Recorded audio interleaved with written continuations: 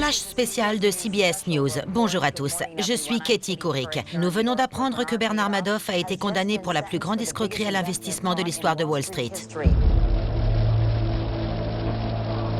Madoff a récemment reconnu être à la tête d'un énorme système de Ponzi depuis des années par lequel une partie des investisseurs était rémunérée avec les fonds procurés par les nouveaux entrants.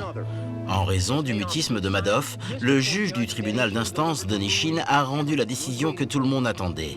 150 ans de prison sans possibilité de libération conditionnelle.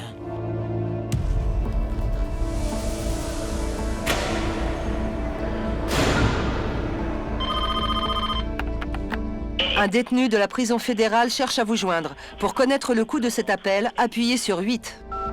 Bernie? Oui, bonjour Steve. Bonjour.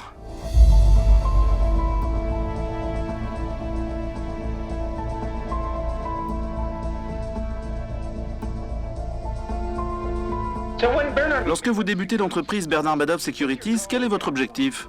Gagner de l'argent, rien d'autre. À cette époque, beaucoup de mes amis étaient courtiers en valeurs mobilières. Donc, me faire une place dans le métier était devenu une sorte de défi pour moi.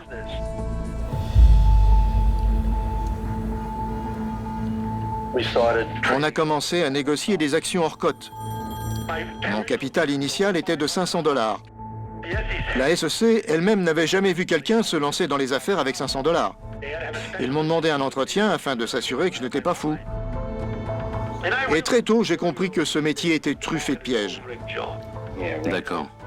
Dans les affaires, il faut toujours avoir un train d'avance. Le pôle conseil pour investissement fonctionnait indépendamment. Il a commencé avec Ruth, sa femme. Elle servait d'aide comptable. Ils ont ensuite utilisé le père de celui-ci, qui était comptable, en tant que référent.